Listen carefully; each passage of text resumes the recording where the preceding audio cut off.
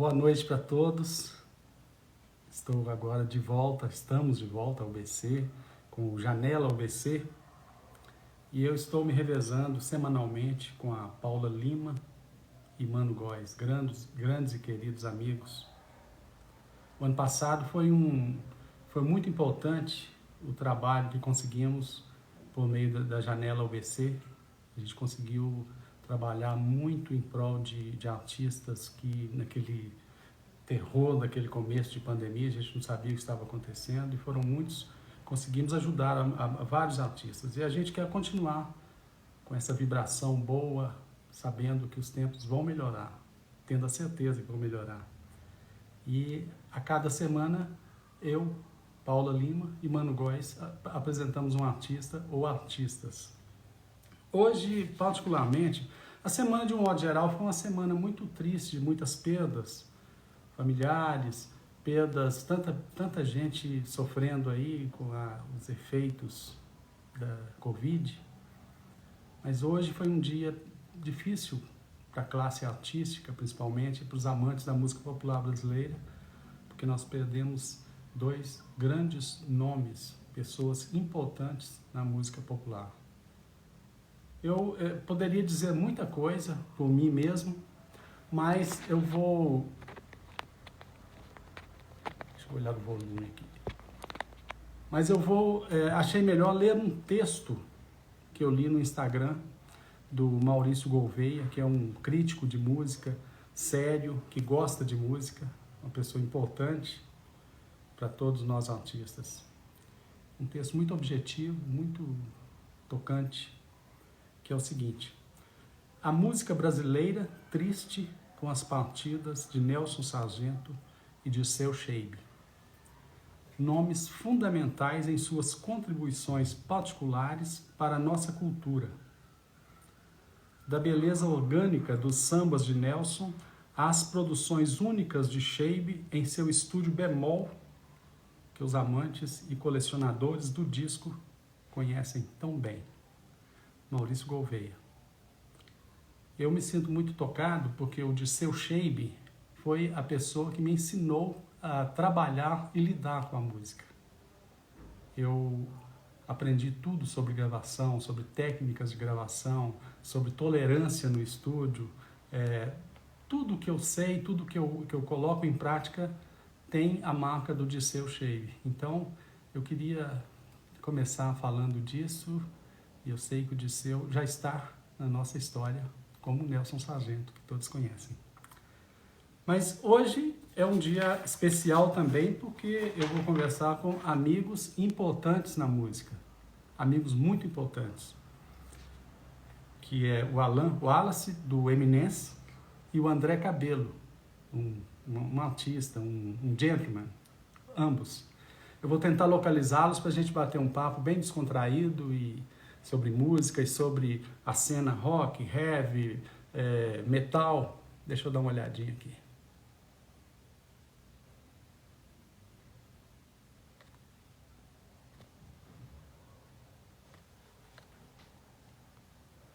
Eles já estão aí, hein? Vamos aguardar para ver a chegada deles.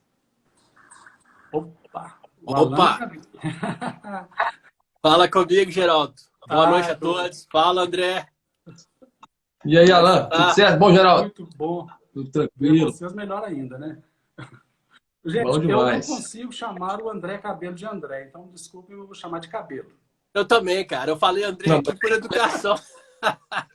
Inclusive, não, mas é cabelo mesmo. Inclusive tem um sortimento muito bom aqui, né? Cabelo branco, calvo, falta de cabelo e excesso de cabelo. Fantástico isso. Tem para todo mundo hoje. Gente, eu queria dizer para vocês dois que eu me sinto muito feliz por estar conversando com vocês, que são pessoas sérias, pessoas com quem eu convivo, com quem eu tenho o prazer de trabalhar, de tomar uma cervejinha, de bater papo, de rir. Então, é uma felicidade muito grande. Ou essa eu esqueci de trazer, mas numa brechinha eu ainda busco ela. Já estou aqui, já.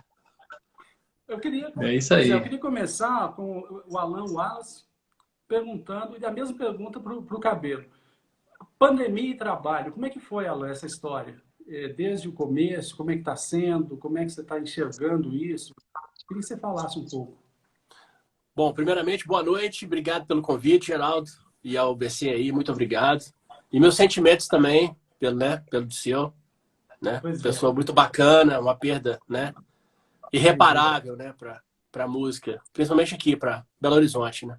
Sim, sim. Bom, vamos lá. A pandemia, ela veio assim, para mim foi um pouco assustador toda essa mudança que teve, né? Porque finalzinho do mês de março, começo do mês de abril de 2020, que foi aquela loucura toda.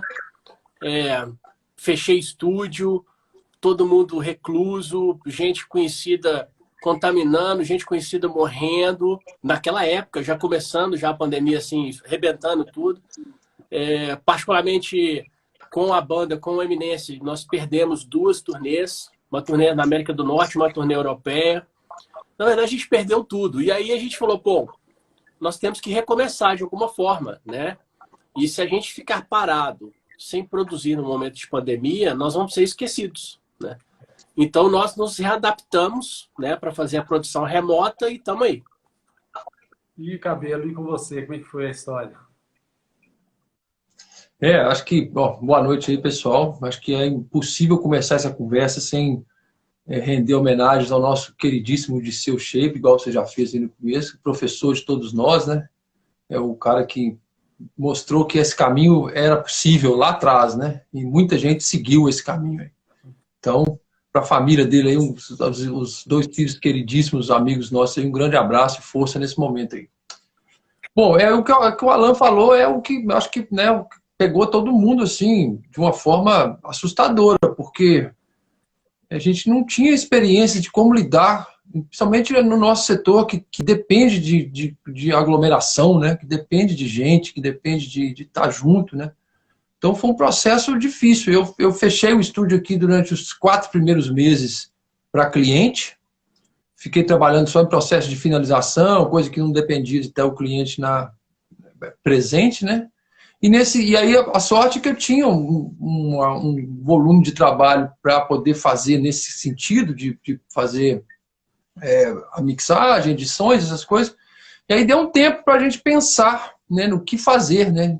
E, ao mesmo tempo sem ficar de fato parado, assim. Mas a sinceridade é que até agora eu ainda estou pensando o que fazer, né? Assim, enquanto negócio do estúdio, a gente está se entendendo. Obviamente o mercado se adaptou de alguma forma, mas eu, por exemplo, tenho 23 anos que eu tenho estúdio aqui, então é muito novo, né? A gente criou um processo longo e agora tem que se readaptar. Mas é isso, a expectativa é que agora, à medida que essa vacina tem chegado aí, que a coisa, né, um médio prazo aí se resolva para a gente. Eu acho que a gente vai ter coisas que se instalaram nessa pandemia que vão continuar, e eu acho que coisas que existiam antes talvez não retornem, mas vai ser um meio do caminho das duas coisas. Eu acho que essa é a ideia. Eu sinceramente, é quase uma religião para mim, no sentido mais religioso possível. Eu odeio, detesto a palavra pessimismo, sabe? Então, é uma coisa que eu trabalho diariamente e eu sempre tenho um olhar positivo. Eu acho o seguinte, nós estamos sofrendo, o mundo está sofrendo, o Brasil mais ainda, mas eu percebo que a gente acabou, por meio de nossa criatividade, criando alternativas que talvez nos beneficiem quando a vida voltar, não vou dizer ao normal, mas ao que era. Eu acho que ela voltará de uma forma melhor, sabe? O ritmo normal voltar. Mas eu acho que a gente vai ter encontrado muitas alternativas. Como o Alan disse, o Eminence teve que ser repensado enquanto carreira, né? Você disse a questão dos estudos, estão tendo que repensar o momento atual. Então, eu vejo assim, nós estamos indo numa direção boa. Eu gosto sinceramente, de como nós estamos encarando esses problemas. Eu queria ir mais fundo em cada um dos personagens, né? Eu acho que nós somos personagens na música. Eu sempre encaro assim. Queria saber, primeiro do Alan, o seu começo. Como é que foi a sua chegada na música? Como é que você se despertou para a música?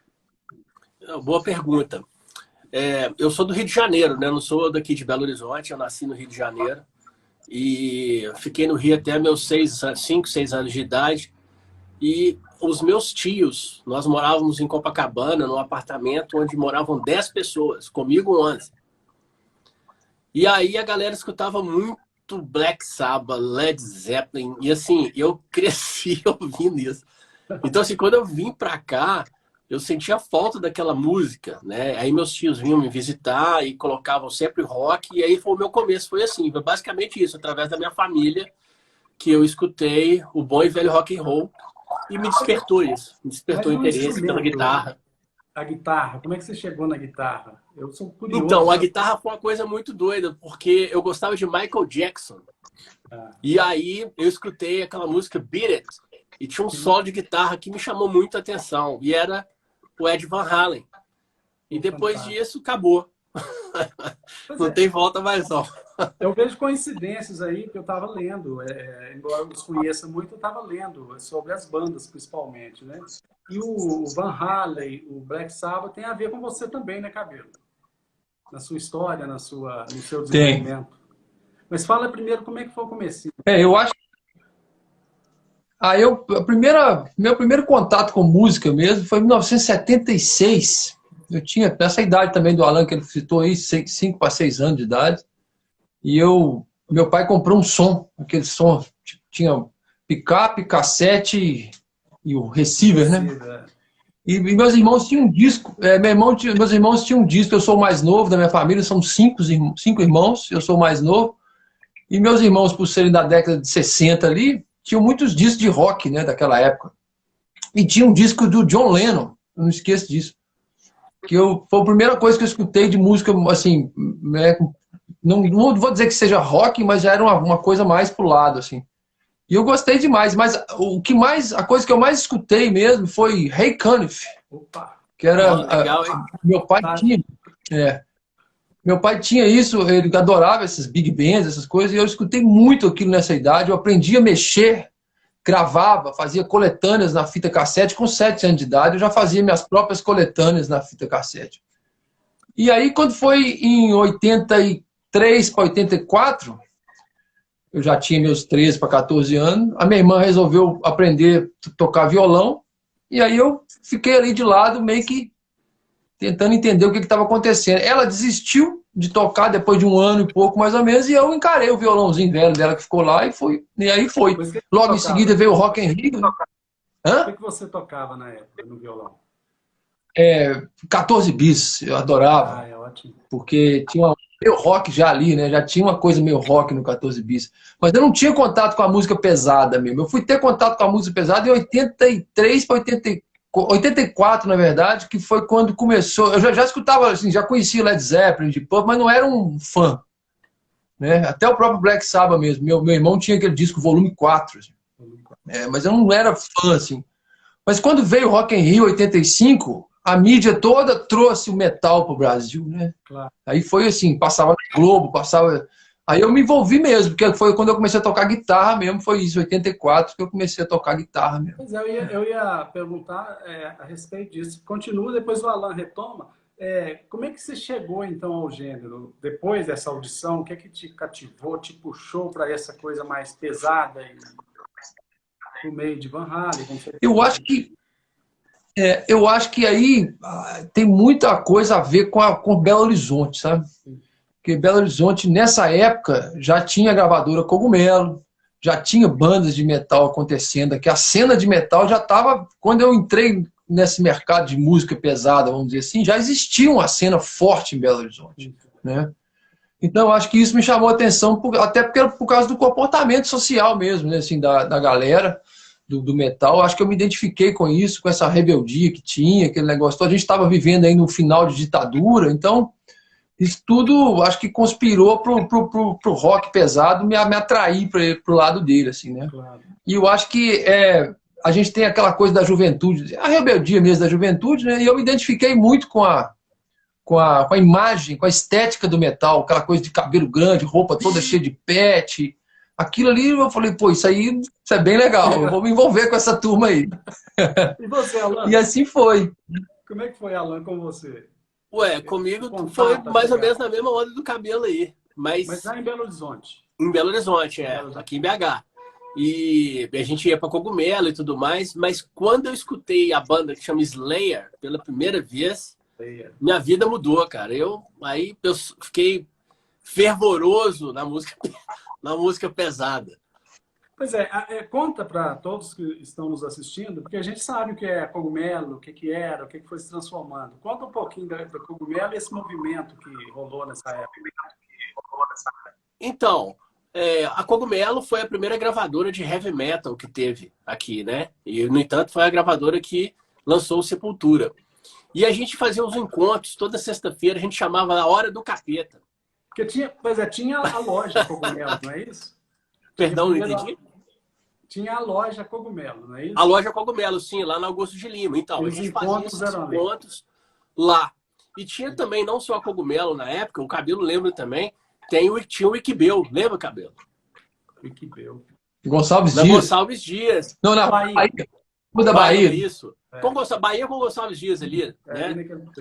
E aonde todo domingo rolava vídeos de rock, de heavy metal. Então a gente tinha uns pontos, né?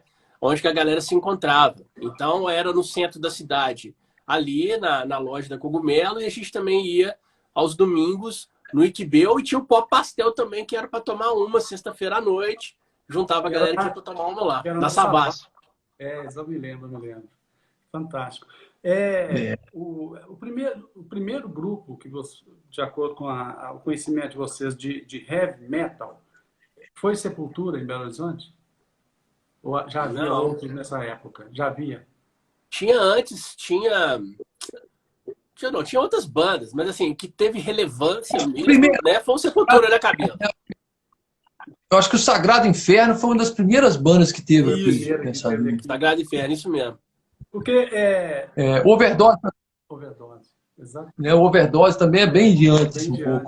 Tinha um movimento, né? Era na obra, não era? Ou isso é muito depois que aconteceu? A obra é depois. Eu me lembro da obra, que foi um lugar importante, né, para o gênero. A obra teve muito show alternativo também, né? Sim. A obra tem uma coincidência, que a obra abriu em 1997, no mesmo ano que eu abri o estúdio. E ele trouxe uma outra cara para a cena alternativa de Belo Horizonte. Ele trouxe a coisa mais do rock mais indie ali, né? E tipo assim, abriu toda uma frente também de estilo aqui de Belo Horizonte. Importante, mas foi um pouco mais... Eu, na verdade, confesso que me despertou muito para o gênero. Foi um disco de Sepultura que foi produzido, acho que foi gravado e masterizado pelo Andy Wallace. E aquilo me chamou a atenção, porque naquele momento eu comecei a prestar mais atenção na produção, nos aspectos técnicos, e me encantei com aquilo. Gente, isso é um negócio muito sério, porque eu, sinceramente, já produzi vários gêneros. Eu acho muito difícil a produção de um disco de metal, sabe? Eu já ouvi os trabalhos da Eminence, já ouvi os trabalhos do Chacal com Cabelo, e eu acho difícil porque é um outro conceito. Vocês dois são produtores, são músicos, são importantes na cena mineira e brasileira. Eu queria que cada um falasse um pouco sobre esses aspectos técnicos. Eu percebo nas guitarras, o tratamento, o foco de cada um, a forma de cada um enxergar isso, como gravar, a melhor forma de mixar, porque isso é subjetivo, mas tem sempre a opinião pessoal. Eu estou dizendo isso porque aquele disco do Sepultura me despertou para um gênero, talvez, eu nunca na vida. Ótimo ter ouvido, né? Então, eu queria a opinião de vocês sobre isso. O processo de produção de um disco do Eminence, de um disco do Chacal ou de outro que você esteja produzindo relacionado ao gênero, qual que é o posicionamento? O que vocês pensam numa produção como essa? Vai lá, Cabelo. Pô, é o que você falou, o metal ele tem, assim, a produção, qualquer estilo acaba tendo uma ordem de coisas que se faça, né? Independente do estilo. Claro. Mas o metal, ele tem umas particularidades.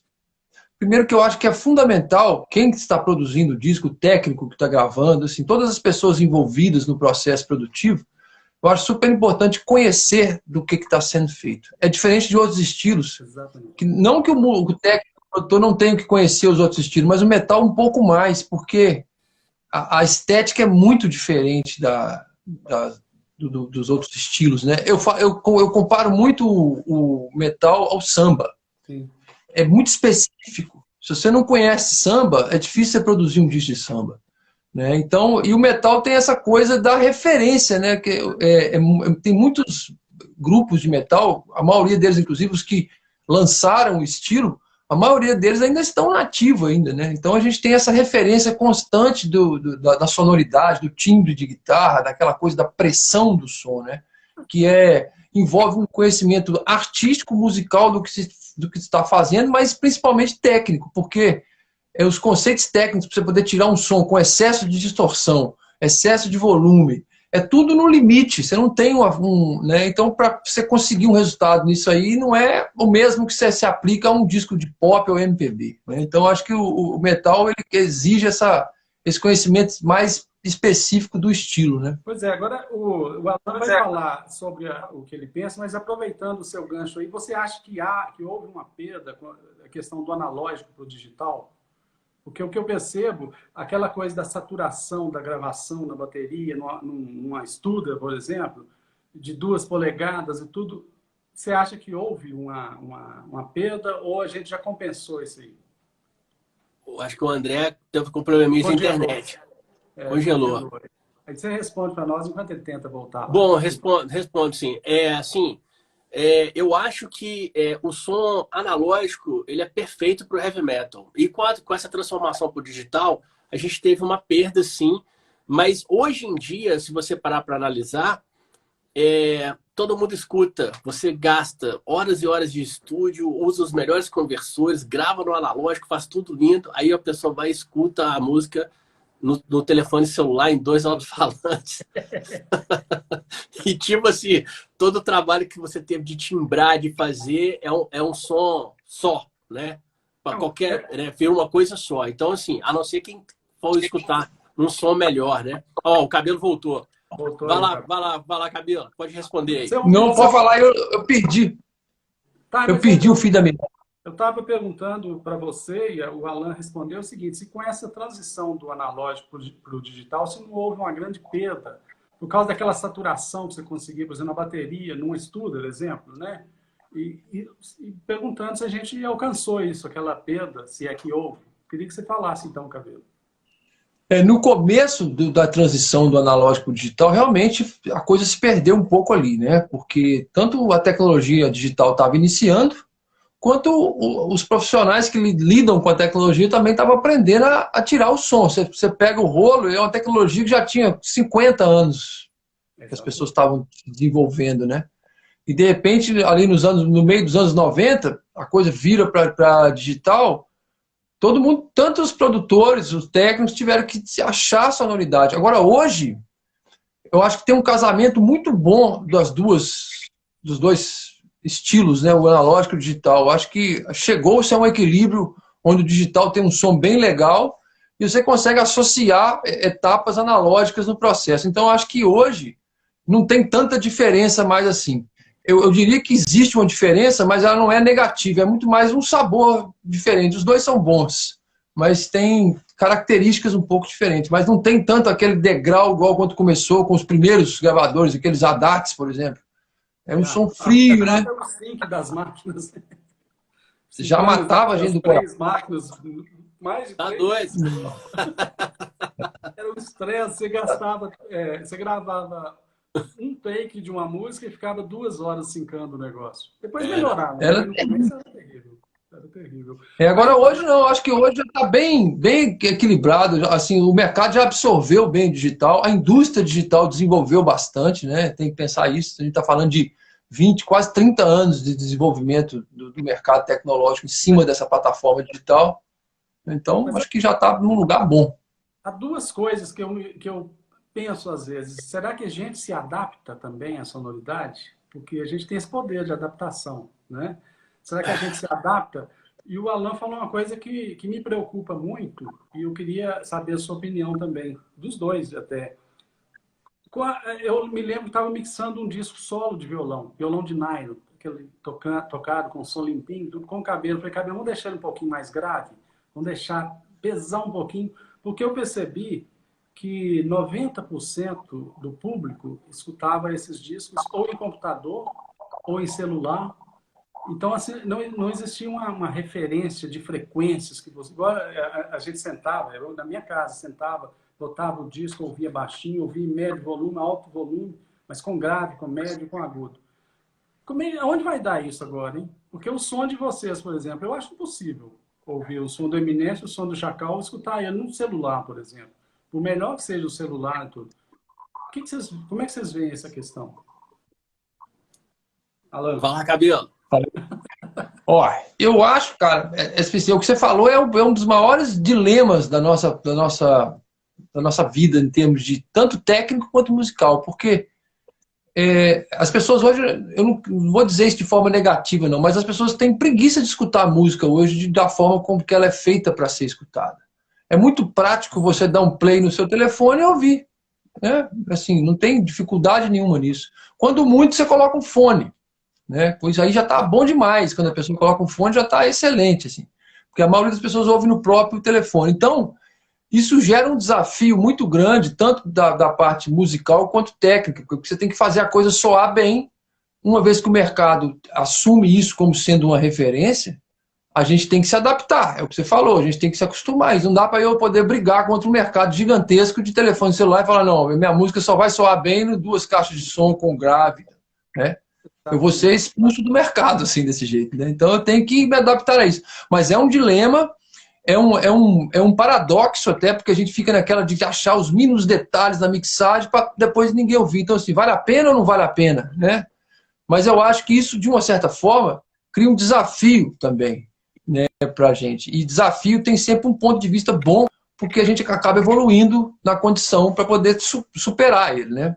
Mas é um dilema e eu bato numa tecla muito forte aqui com as pessoas com quem eu trabalho, para tipo assim, olha, a gente não tem que ter, pelo menos é um pensamento meu, eu não me preocupo como as pessoas ouvem a música, porque eu não tenho poder sobre esse momento.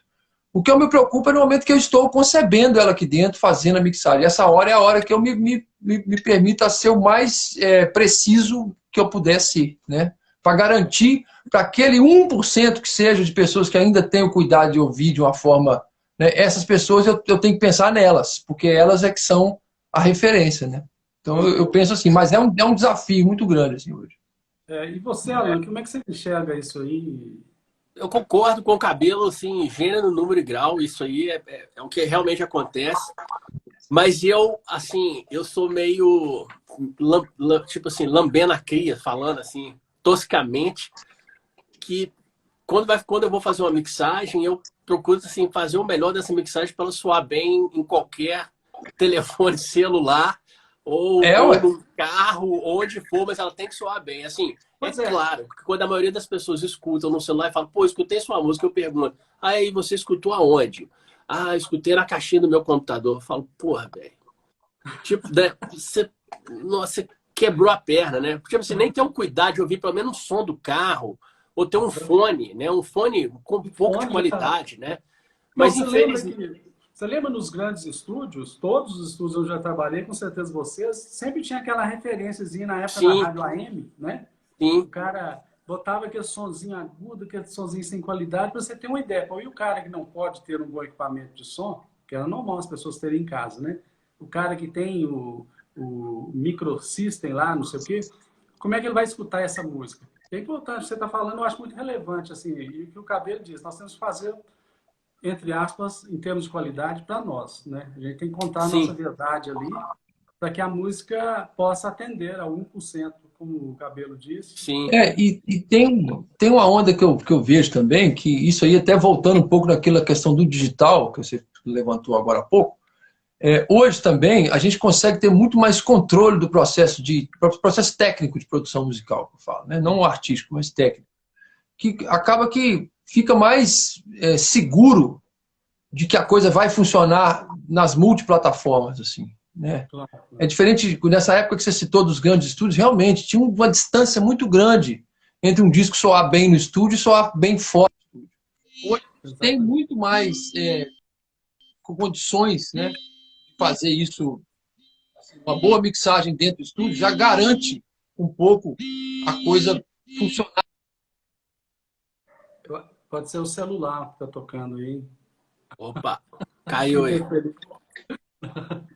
Tem hora que deu um uou! Tem hora que dá um negócio Aí. louco aqui.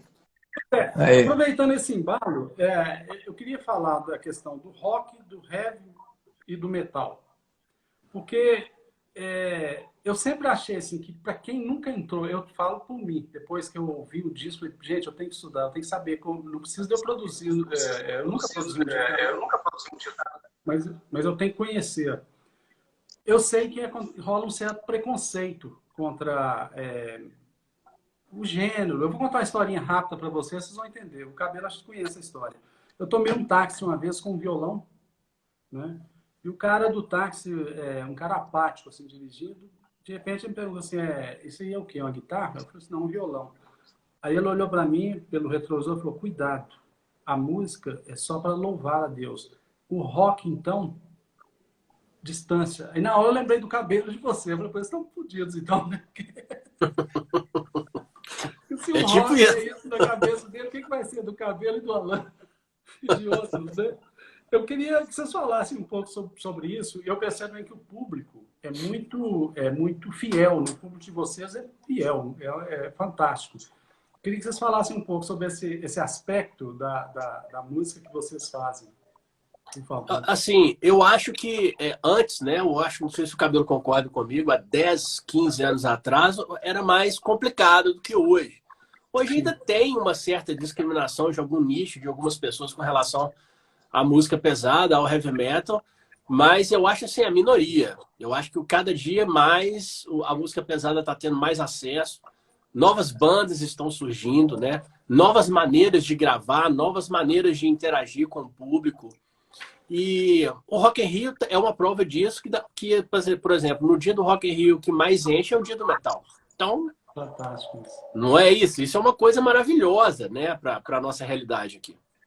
Eu acho que esse conceito aí, até eu, na hora, eu depois escrevi alguma coisa sobre esse tema, porque eu achei interessante. Provavelmente é uma pessoa religiosa que usa música, né? Mas eu achei interessante porque é uma referência, de certa forma, que isso é recente, sabe? Uhum. Aí eu lembrei para responder, né? Lembrei de uma frase do Hermann Hesse que vou tentar lembrar, que ao lidar com malucos, temos que fingir que somos sãos.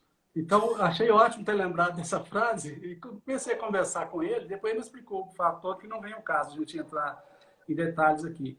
Mas eu percebo que existe uma coisa fundamental. Isso no rock, desde década de 50, 60, e no blues também eu percebo isso, e no heavy, no metal, que é a questão da atitude. Quem chamou atenção a primeira vez para isso foi um amigo, Tom Gomes, de São Paulo, que é um cara importante aí para a música no Brasil. E ele me falou assim, olha, rock tem que ter atitude, sem atitude não adianta.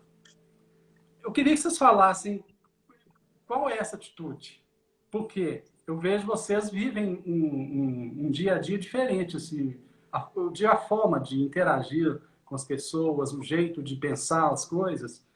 E percebo, quando entram no palco e tocam para milhares de pessoas, que o público é grande, né? Que vocês se transfiguram, vocês entram numa outra dimensão. Eu queria que vocês falassem como é que é isso e explicassem para aqueles jovens também como é que se chega a isso. É vivendo, é experimentando ou tem uma coisa importante lá no comecinho que você tem que assumir? Eu acho muito legal a gente ouvi-los nesse tema. Vai lá, Cabelo. O que você falou acontece isso mesmo, é tipo uma possessão, assim. Eu acho que a gente chega no palco e você acaba tendo que encarar um personagem ali diferente, porque a música é muito frenética, é muito energética, né, o metal, ele tem essa coisa. E eu acho que não condiz com o som a imagem do músico tranquilo, parado. Então eu acho que é uma questão de uma sinergia mesmo que acontece, que faz a gente incorporar, né? Quer dizer, o melhor é quando isso acontece. Às vezes não, né? Tem vezes que você não tá naquela energia, o som tá ruim, enfim, tem elementos que acabam às vezes tirando a gente desse lugar aí. Mas eu acho que é porque a energia do som pede que seja assim, e até as próprias referências que a gente tem, né? O metal principalmente, ele tem essa coisa da estética violenta.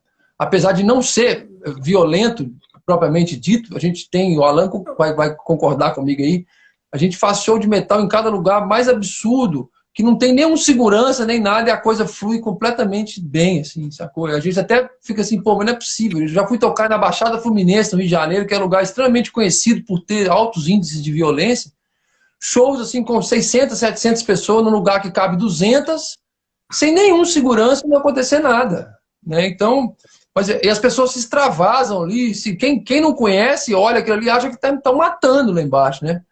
Mas é a energia do show, é a energia do som. Eu acho que a vibração da música entra em contato com a energia das pessoas e a coisa flui daquela forma. Eu acho que precisa ser assim. Quando é assim, o negócio tá bom. Eu acho, assim. Eu pergunto sobre atitude porque eu os conheço bem, né? E eu vejo que são outras pessoas no dia a dia, no convívio, e outras pessoas no palco, né? É um personagem mesmo, né? Incorporar um personagem. Exatamente. Mas, Alan, o que você pensa disso? Então, eu concordo com o André, é isso mesmo. E também eu acho também para o começo disso tudo aí é quando a gente está compondo a música, né, André? Também, né?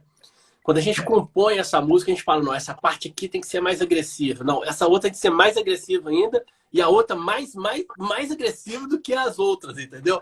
A gente nunca pensa nessa coisa de, não, vamos fazer uma coisa leve. Vamos amenizar, né? O negócio é pesado, mais pesado, super pesado e mais pesado ainda, entendeu? Inclusive, a gente pensa até, vocês também com certeza deve ser assim, a gente quando faz algumas bases, a gente já pensa no público reagindo, assim, essa parte aqui é pra galera fazer isso, essa parte é pra galera fazer aquilo, a gente já pensa até na reação do público, porque existe essa relação mesmo do som com a performance. E o que você falou é interessante, isso acontece, se aplica também ao público. Né? Eu conheço várias pessoas que vão ao show de metal, assim, que acompanham a banda, que são pessoas extremamente pais de família, todo pacato ali e tal. Eu tenho até um amigo que ele é professor, o cara se encontra ele na rua, ele é todo, não tem nada a ver. Quando você vê ele no show, ele é outro ser humano, completo. Né? Então é isso, o estilo tem essa característica, é você se produzir para ir a um show de metal. É uma transfiguração mesmo, é bem legal. Não, e tem um poder hipnótico, né? Eu penso assim, sabe? Quando eu ouvi algumas vezes em estúdio pode botar som mesmo, né? Se eu fizer isso na minha casa, eles me tiram daqui. Mas ir no fone, então você vê que a própria sonoridade, a própria pulsação tem um efeito hipnótico que mexe com as pessoas.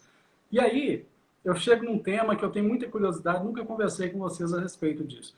A gente tem a questão famosíssima do pacto com o demônio, a questão da encruzilhada, que já foi explorada na literatura, na música. A gente tem a história do blues com o Robert Johnson. A gente tem, na viola caipira, afinal, vocês são mineiros, você sabe que tem isso aí direto, né? Tem essa história. Tem a fita preta, não é? Exatamente. A fita preta, você não pode usar na viola, eles usam as fitas coloridas. Preta é perigosa, né? Existe alguma conotação parecida no metal ou não? Queria saber de vocês, que eu nunca perguntei para vocês sobre esse tema e nunca li a respeito também. Olha, existem sim bandas satânicas, mas na sua maioria é mais a simbologia mesmo que leva mais na onda do que realmente serem satânicos. Não sei se o André concorda comigo. Mas existe sim bandas que levam a sério, né, a coisa do satanismo junto com o heavy metal. Como tem bandas também que levam Jesus, as bandas gospel que trabalham também dentro do heavy metal também. Então, tipo assim, a minha opinião é o seguinte, cada um no seu quadrado, né? Se o cara acredita em Satanás, ok, beleza. Se o outro acredita em Deus, beleza também. Mas, querendo ou não, tem uma discriminação, por exemplo. Quem é black metal critica quem são os gospel. E o gospel, por si só, critica todo mundo. Não só os black metals, né? Critica todo mundo. Então, Alan, a conotação de pacto para se tocar bem, para fazer um som, para acontecer, tudo, ela não existe. Olha, deve existir. Eu não, dentro do metal, eu não conheço nenhum guitarrista ou nenhum músico que... Pode até ter, que fez supostamente que falou que fez um pacto com o diabo e se tornou super famoso e vendeu não sei quantos milhões de discos. Eu desconheço. Você conhece, André? Eu não conheço, não.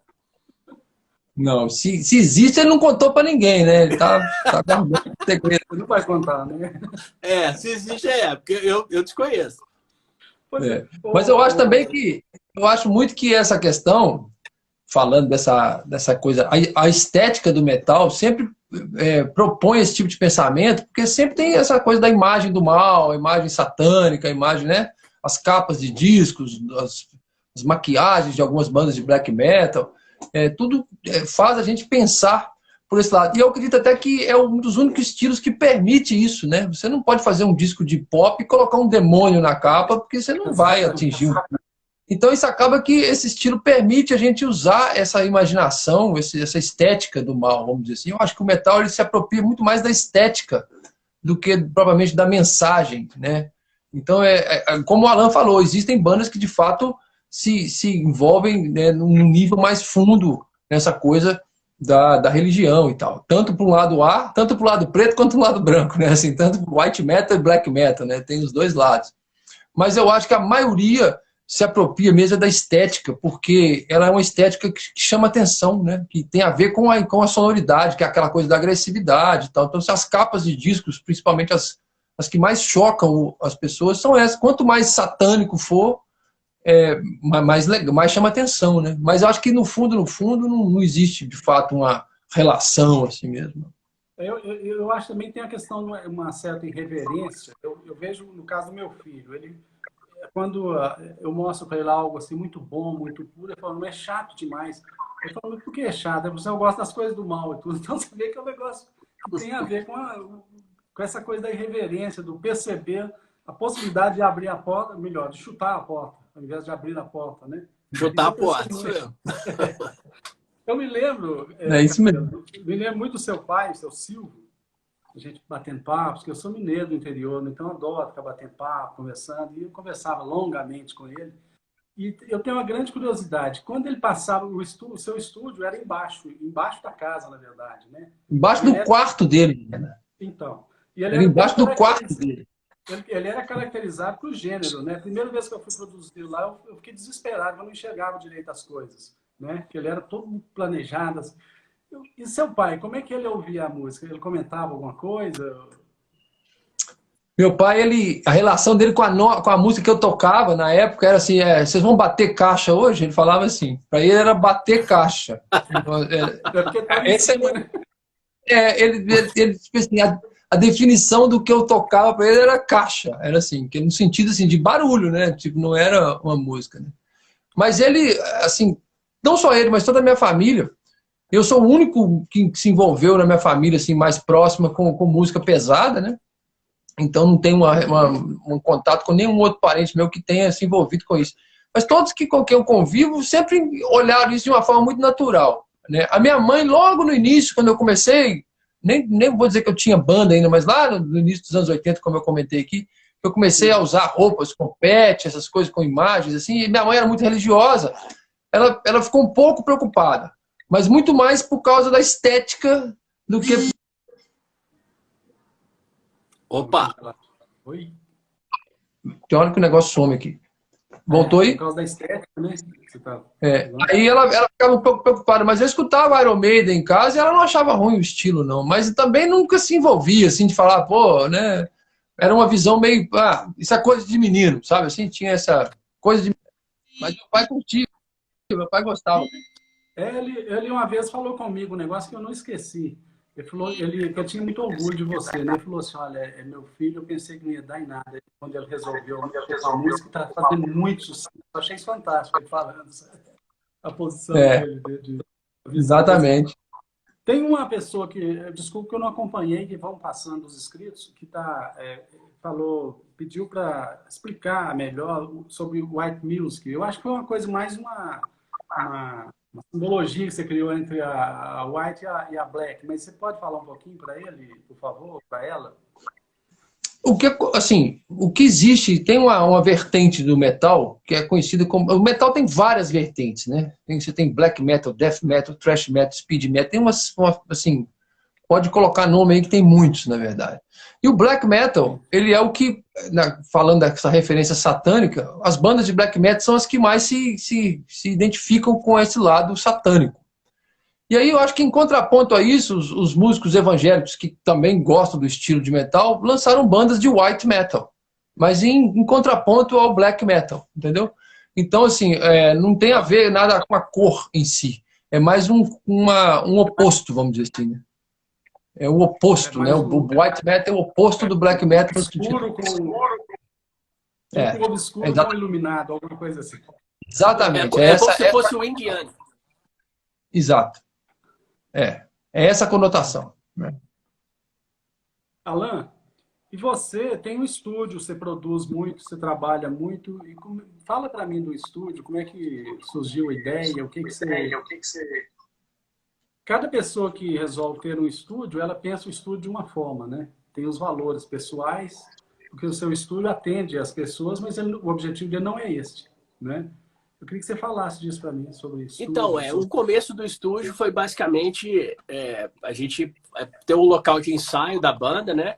E uma outra sala para para as bandas ensaiarem, para fazer ensaio de outras bandas e produção também. Agora a proposta é outra, eu dei uma mudança no estúdio. Não estou naquele estúdio mais, que aquele estúdio lá era uma parceria minha com o André, com o Zé Baleia, né? E a gente terminou essa parceria. E agora eu estou fazendo, não sei se o André Cabelo sabe, a parceria com o Graco, André. Sim, sim. O Graco Som. E aí é o seguinte, o estúdio lá vai ser um esquema diferente, que é onde as bandas vão poder tirar foto, fazer gravação e ensaiar também. Vai ter um estúdio de fotografia junto com o estúdio de ensaio e um estúdio de gravação. Vão ser essas três coisas simultaneamente, assim.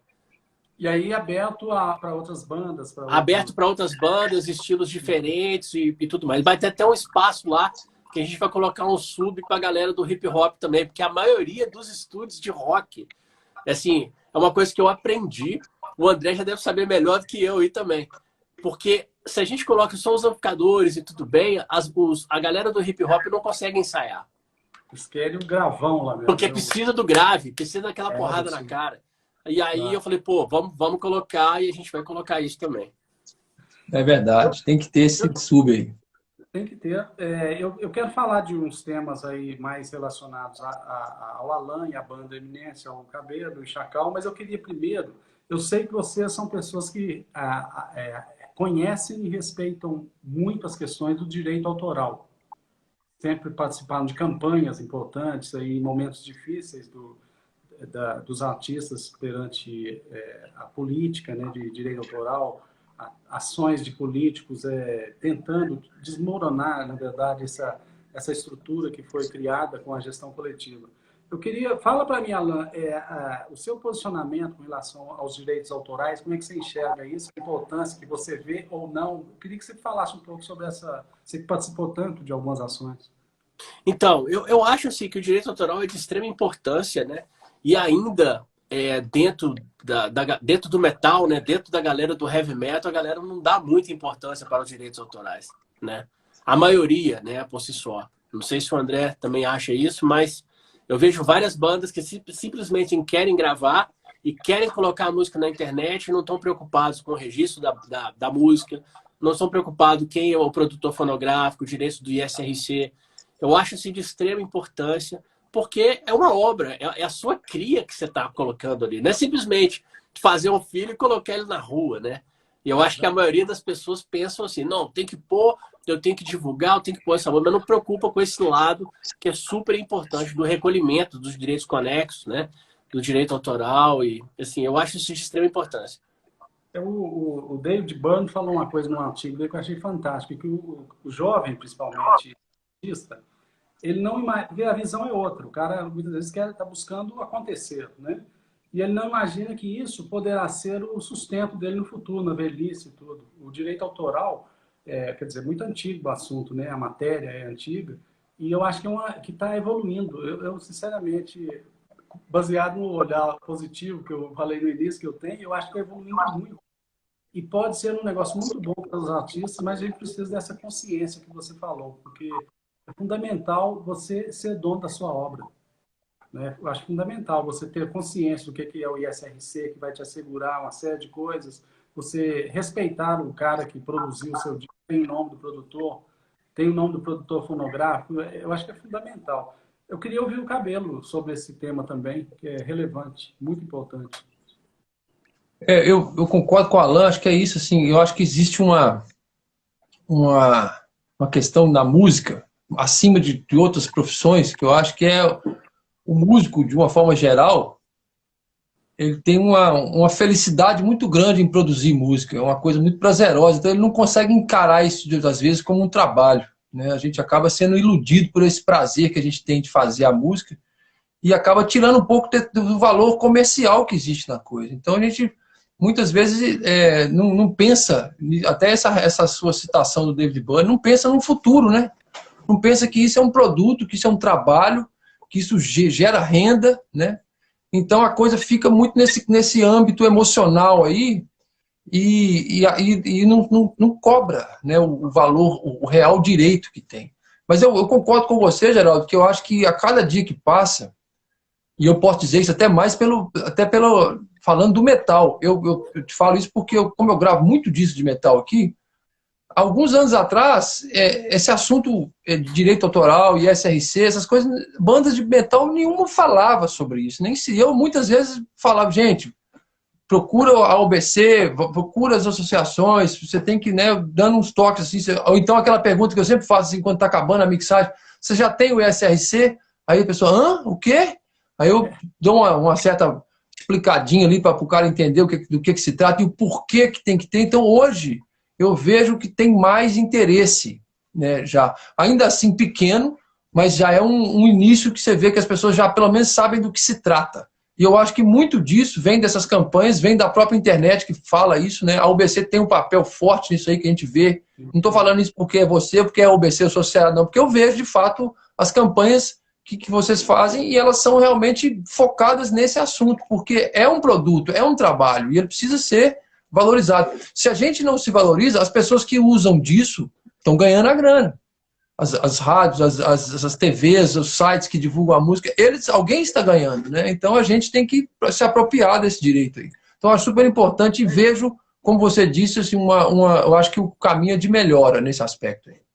Eu aproveitando a sua deixa, é importante, só para falar assim, de uma forma bem simples e rápida, para explicar para todos que o ISRC é importante que eles estejam atentos. Quem gera o ISRC torna-se o produtor fonográfico, que quer dizer o dono, o cara que pagou para fazer os gastos, ele é dono do fonograma. Então, é importante tomar muito cuidado nessa hora de gerar, quer seja um agregador, há uma campanha da UBC e das sociedades, de um modo geral, do ECAD também, explicando tudo isso, porque a gente já teve tanto problema nessa questão, que a gente hoje, com as dificuldades do momento que nós estamos vivendo, inclusive, a gente tem que estar muito atento para poder colher frutos econômicos também daquilo que a gente faz. Só a emoção, só o prazer de fazer música não nos alimenta, não nos alimenta nossos filhos e por aí vai, né? É isso Alan, aí. eu queria falar com você. Primeiro, eu queria que você falasse sobre o Eminência. Ele nasce em 95, eu acho, né, pelo que eu pesquisei. Foi. Você é o fundador da banda. Sou. Né? Como é que surgiu a ideia de começar com a banda e o que houve de mudança nesses anos? E, no final da resposta, qual é a formação atual? Tá. Então, o Eminência começou em 95, na verdade, um grupo de amigos. Eu, Farid, o Rico, Luiz Henrique, que é o baixista, e o Carlos Alexandre, a gente montou uma banda com o intuito de fazer thrash metal. E aí, com o decorrer, tipo assim, a banda, nós tocamos no Skol Rock, fizemos vários shows locais aqui, e a banda foi crescendo e foi se profissionalizando. E aí, quem não queria, por exemplo, ir para o ensaio, mas queria ir para o churrasco durante o final de semana, o cara falou, pô, eu vou pro churrasco, por que eu vou ensaiar? A banda não vai ficar tocando e tal. E aí você vai eliminando, a galera vai saindo, uns saem, outros entram. E aí foi isso, a banda foi crescendo e chegou um ponto da gente começar a excursionar para a Europa. Fizemos vários shows em vários festivais na Europa, em várias casas também, espalhadas pela Europa. Estados Unidos também, México, Japão, Nova Zelândia. A gente começou a viajar o mundo todo. E hoje, atualmente, a banda sou eu na guitarra, o Bruno Paraguai nos vocais, o Davidson Maynard, e na bateria é o Alexandre Oliveira. Pois é, e as letras? Quem escreve as letras? As letras, eu escrevo as letras junto com o Paraguai também, e a gente tem alguns parceiros também. Uma amiga nossa que mora nos Estados Unidos, chama Nina Myers, ela escreve junto com a gente também. Vladimir Korg também é um parceiro nosso também de letras. Então, assim, se você escrever letra também, Geraldo, você e Cabelo estão convidados também a participar. A gente não tem muito essa coisa, não. A gente agrega valores e parceiros. Eu tô te devendo um negócio que eu não esqueci, sabe? Nós temos que gravar, isso mesmo. Mas nós vamos gravar. Vai ser um negócio muito... Cabelo, uma ideia fantástica que ele teve. Eu não vou contar, não. O Paraguai está nos vocais, não é? Bruno Paraguai nos vocais, isso.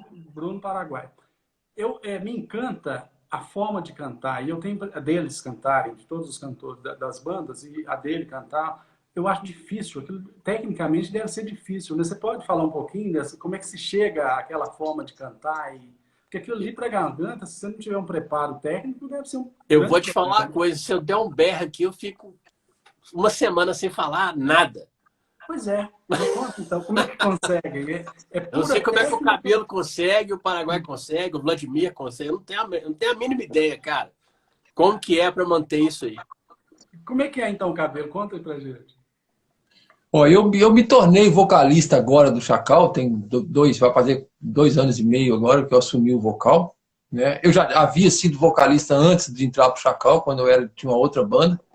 Então lá isso foi em 91 que eu era vocalista. Eu vou te falar que demorou um tempo a achar. Existe um lugar que você consegue, né? Obviamente tem técnicas apuradas para se atingir isso aí, tem estudo, tem aula. Infelizmente, eu não fiz isso. Eu fui na bateção de cabeça ali até encontrar um lugar que a voz vibra e não detona o músculo, né? As cordas vocais. Mas é um treinamento mesmo. Você tem que achar o timbre que diminua a agressão às cordas vocais, né? Mas hoje, por exemplo, depois de um tempo... Mas pode falar. Não, uma pergunta técnica, mais voltada para o palco. É necessário muito ganho ou o cara manda a mesma voz também? Não, assim, tem dois estilos. Você tem como tirar som com pouco volume e tem o que você tira provocando mais volume, né? Então, assim, hoje em dia, o meu estilo de cantar na banda, eu estou praticando os dois. Eu tenho uma voz que ela é mais baixa, onde eu consigo ter mais grave, e quando eu vou para o registro mais agudo, aí eu consigo imprimir volume na voz. Aí eu tenho que dosar a distância, né, do microfone. Claro. Mas os timbres mais graves, eles acabam tendo menos pressão. Assim, no meu caso, né, cada voz é de um jeito, mas no meu caso, o timbre mais grave eu não consigo imprimir tanto volume nele. Mas o timbre mais agudo eu já achei um lugar que sai com muito volume, né? Então isso até me permite... Essa alteração de um e outro me permite controlar a respiração, porque o que mais que eu acho que onde pega é você achar o ponto de respirar, porque você precisa de muito ar para botar essa voz para nessa característica, né? Então, se você não consegue respirar, não vai. Pois é. Sobre o Chacal, você entrou então depois, não é isso? Sim. Como é que foi essa história? Como é que você chegou lá e qual é a formação atual também? Para que todos que não conhecem possam saber. O Chacal, ele começou em 85, ainda com algumas, né, assim, não tinha registro nenhum. Em 86 lançou a primeira gravação, a demo, né? Mas ainda de uma forma... A gente considera a banda a partir de 1986, que foi justamente quando saiu a coletânea da Cogumelo, a Warfare Noise, junto com outras 3 bandas. Então, ali que é o marco, que a gente considera o marco inicial. Inclusive, esse ano a gente está comemorando 35 anos de banda, né? E a 87 foi o primeiro álbum da banda, o álbum full mesmo da banda, depois dessa coletânea. Depois a gente teve outro álbum em 90 e depois outro álbum em 92. E aí a banda deu uma pausa. Ficou parada ali um tempo, de 94 até 96, 95, 96, a banda ficou parada. Era um momento que estava difícil para todo mundo. Nessa época, eu conheci o baterista, que é o atual baterista, o Guilherme, num trabalho que eu estava gravando naquele antigo estúdio Polifonia, em Belo Horizonte. se não me engano foi em 95 isso, que era um disco que o Vladimir Korg, que é irmão do baterista, irmão do Guilherme, estava gravando, que chama Nut. É um projeto que ele tinha com outros músicos. E eu fui convidado para gravar. Então o Guilherme estava gravando algumas baterias desse disco, o Vladimir Korg cantando, a gente se conheceu ali, e nesse processo começamos a tocar junto, e aí o Chacal, em 98, o Chacal retomou, né? Através até de a gente já tinha um projeto pronto, não tinha a ideia de se chamar Chacal, foi até o João da Cogumelo que sugeriu, falou, olha, vocês estão... Nessa época tinham 3 membros do Chacal e eu, do antigo Chacal. Aí o João da Cogumelo sugeriu, por que vocês não voltam com o Chacal? Né? E eu lanço o trabalho que vocês fizerem.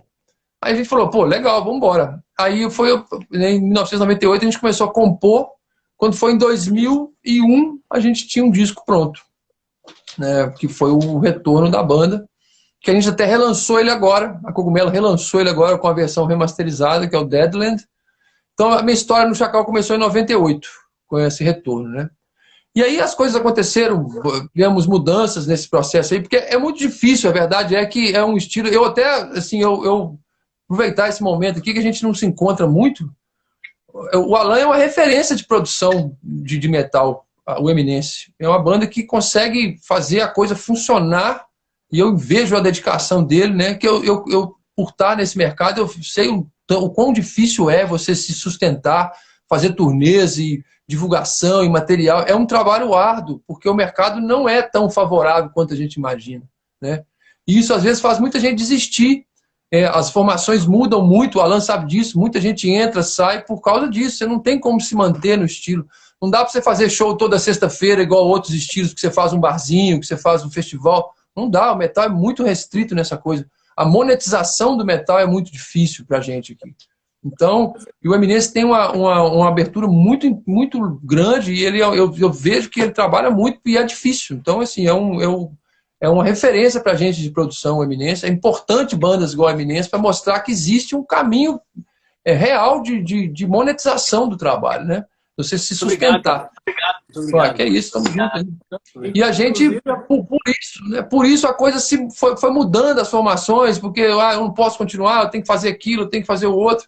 E hoje chegamos à formação que a gente tem 2 membros originais da banda, que é o baterista o Guilherme e o Marco, na guitarra, que são fundadores.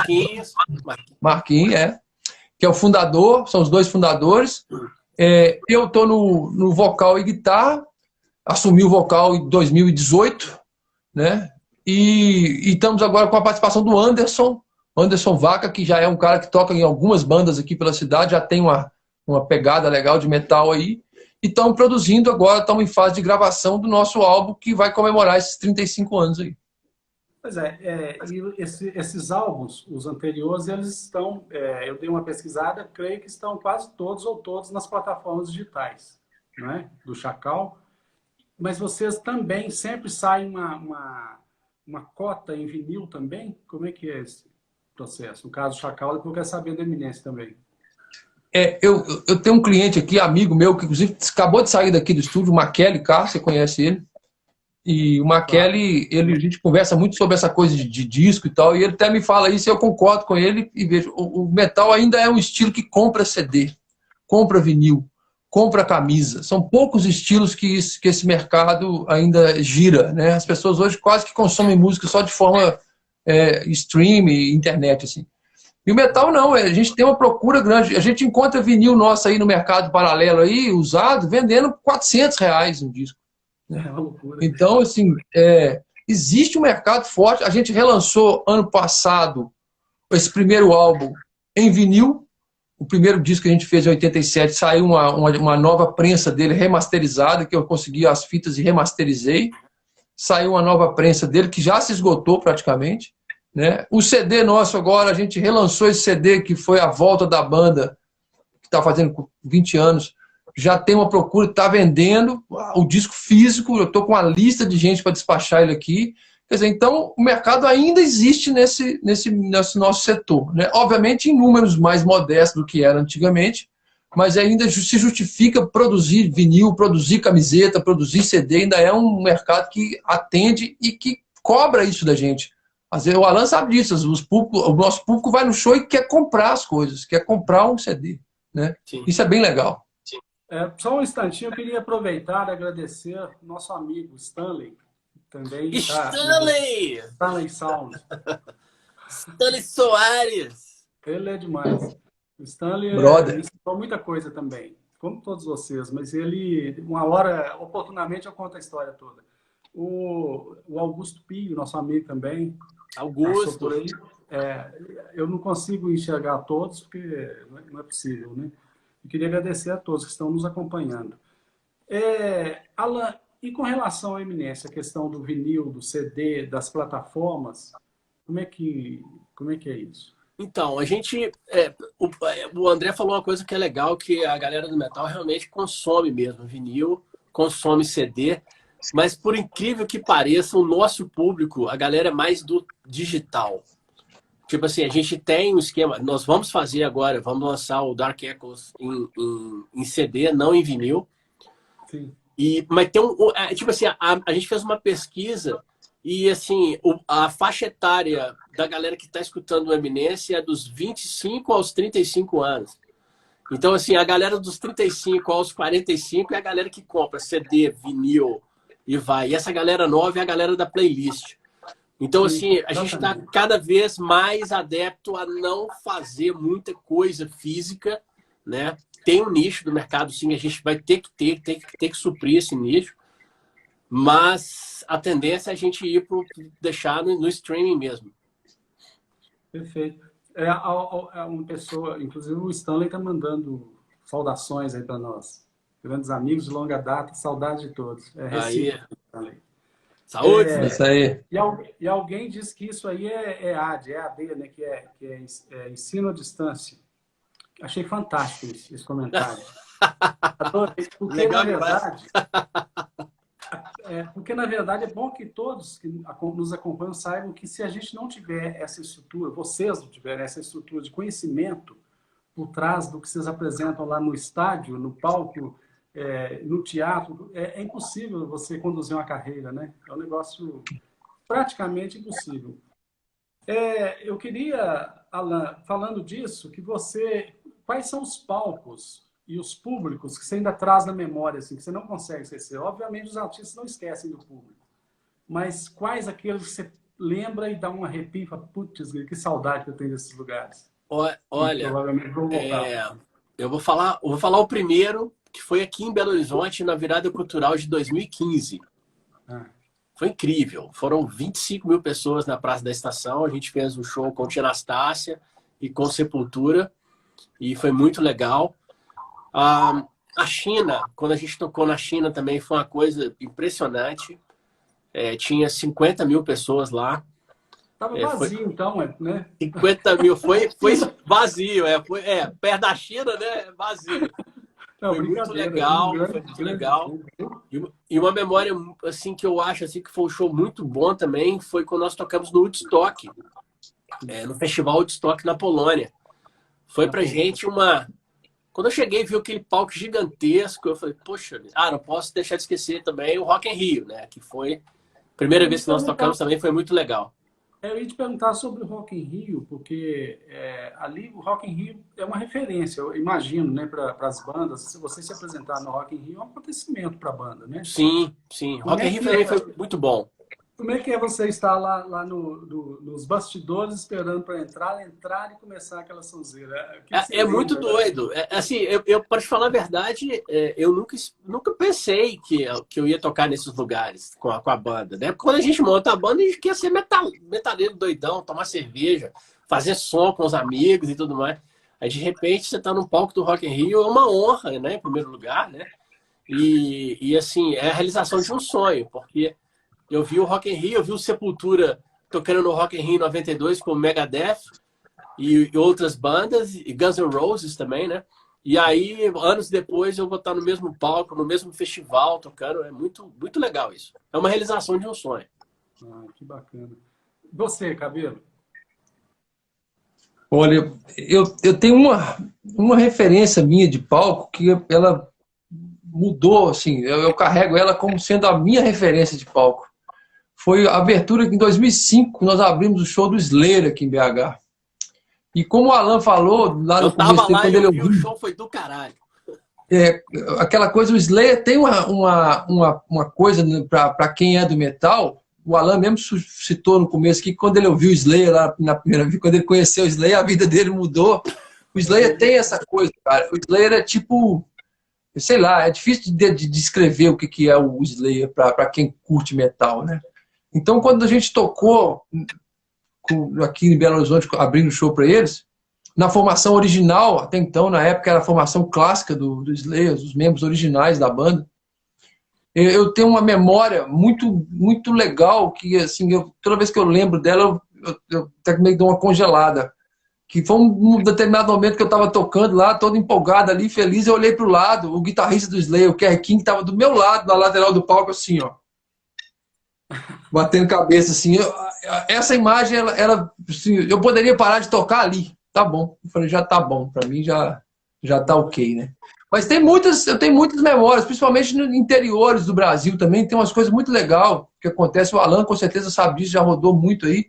Quando você vai tocar em umas cidades, às vezes, que nunca tem nada, o público, você tocar com uma plateia gigante é prazeroso, é super legal, mostra todo, justifica tudo aquele esforço que a gente faz para chegar à nossa música o máximo de gente possível.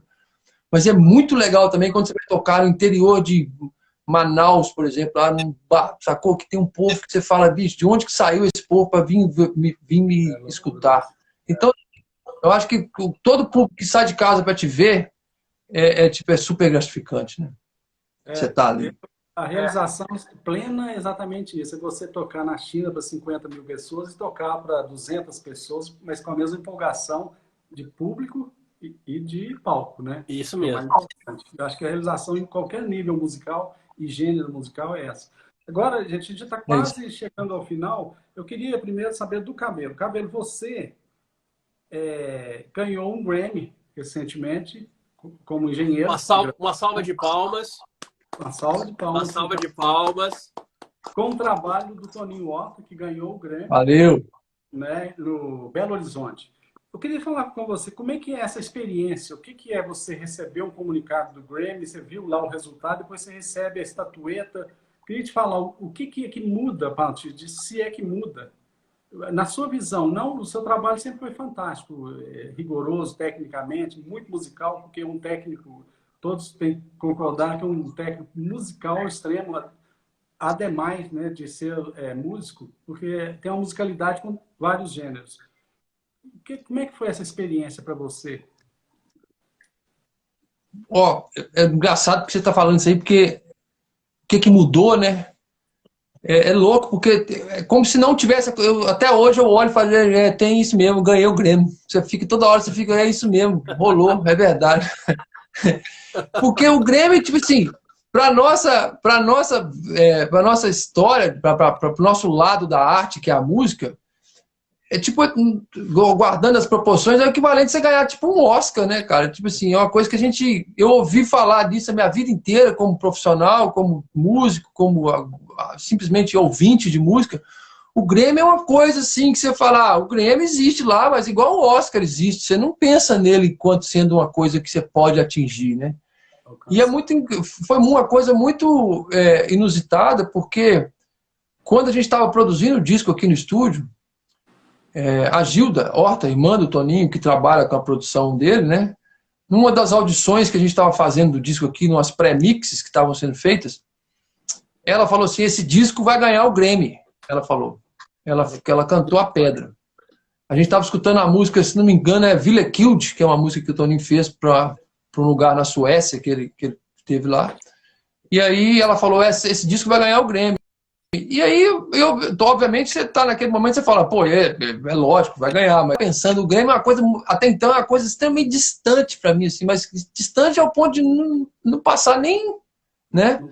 E de repente a coisa aconteceu. De repente a coisa aconteceu, e o mais surpreendente foi que, quando o disco foi indicado ao Grammy, eu já estava, para mim, falando, já tá bom. Eu já tenho um disco que eu fiz que foi indicado ao Grammy. Para mim já está ótimo, não precisa de mais nada, já posso parar por aí.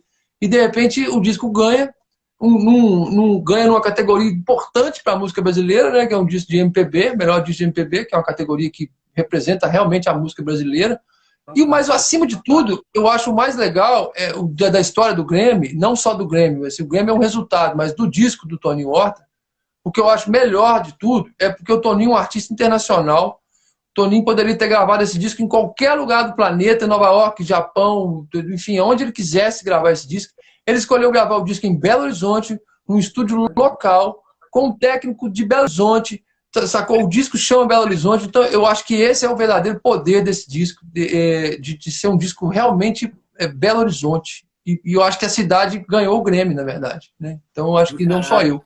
Então eu fiquei muito feliz, muito agradeço o Toninho sempre que eu posso, porque é a oportunidade que ele deu, né?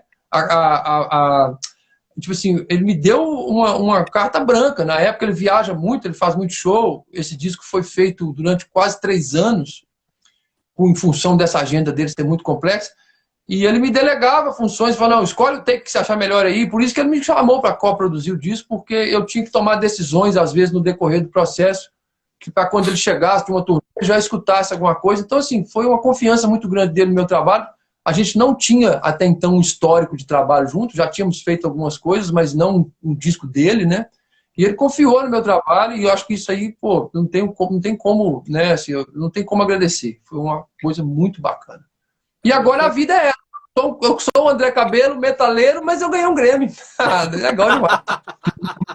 Muito bom. Caralho. O Toninho sabe aonde põe o pé, isso nós sabemos, né? O Toninho é um cara isso aí. legal. Agora, Alan, antes de você, eu quero falar um pouquinho dos seus novos projetos. Uma pessoa colocou aí que teve uma chuva na virada cultural, que vocês não saíram do palco. Como é que foi isso? Que energia é essa? O que rolou ali? Isso foi uma doideira, porque foi a terceira virada cultural que teve aqui em Belo Horizonte. Nós participamos, foi um show que a gente fez na Praça da Estação, junto com o Sepultura. O Sepultura não tocou nesse dia. Tocou o Caráter, a banda do Renatão, porque o Renatão não tá mais, o Renatão da Rádio Tatiaia, Renato Rios, né? E depois o Eminence, e na hora do show, antes do Eminence subir no palco, começou a chover muito, a gente decidiu entrar no palco, tocamos 4 músicas e meia, meus amplificadores explodiram. Sério? As válvulas foi pro saco, porque claro. a umidade que tava caindo, a chuva de frente, e aí acabou, a gente não saiu do palco. Foi uma experiência, infelizmente, a gente não pôde fazer o show, mas a gente ficou até o final e tentamos fazer o nosso melhor para a galera que estava lá assistindo. Maravilhoso isso. A gente está quase encerrando, Alan, mas eu queria que você falasse do novo projeto do Eminence, contasse sobre a produção, as participações e falasse da live de lançamento. Tá. A gente vai lançar amanhã, né? O nosso álbum em todas as plataformas digitais, que chama Dark Echoes. O álbum foi produzido pelo Tool Medicine, o Cabelo conhece ele, teve o prazer de conhecê-lo. O Gerard Marquez trabalhou com o Meshuggah e várias bandas. Ganhador também de Grammy também. Ele só tem amigos agora que tem Grammy. Todos os amigos estão chiques demais, todos com Grammy. Como é que foi a produção? Ele lá e como é que foi isso? Ele na Dinamarca e a gente aqui. O que a gente fazia? A gente fazia a gravação remotamente, né? A pré-produção remota, mandava para ele, ele mandava de volta pra gente, falava, olha, muda isso aqui, muda essa parte, fazia uma montagem, mandava a sessão de Pro Tools, então era sessão de Pro Tools para um lado, sessão de Pro Tools para o outro, sessão de Pro Tools para um lado, sessão de Pro Tools para o outro. Isso é uma das coisas boas dos momentos, do novo tempo que a gente vive. Justamente, e funcionou assim muito bem, assim, dessa forma. No começo foi difícil, confesso, porque nada melhor do que estar com seus companheiros de banda dentro do estúdio, tete a tete, conversando e gravando e fazendo. Mas funcionou, a gente fez o álbum todo remotamente e lançamos 4 singles. O primeiro single, que é a faixa título, teve a participação especial do Bjorn Strid, que é o vocalista de uma banda da Suécia que chama Soilwork. O terceiro single teve a participação do Jean Paton, que é o guitarrista da banda de São Paulo, Project 46. E o quarto single que nós lançamos, que é Into the Ashes, teve a participação do Márcio Buzelin, do J Quest, junto com o Marco Aécio de São Paulo, que é um cara fenomenal que fez os samplers pra gente. É uma música mais eletrônica, industrial. E hoje eu convido a todos para a live que nós vamos fazer às 22 horas no nosso canal do YouTube, que nós vamos mostrar as músicas na íntegra do disco. E nós também estamos ajudando também a SEASA, o SEASA daqui, numa campanha contra a fome, que eu acho que é super importante. A gente vai entrar no inverno super rigoroso agora, né? E eu acho que se a gente puder ajudar de alguma forma é importante. É isso aí.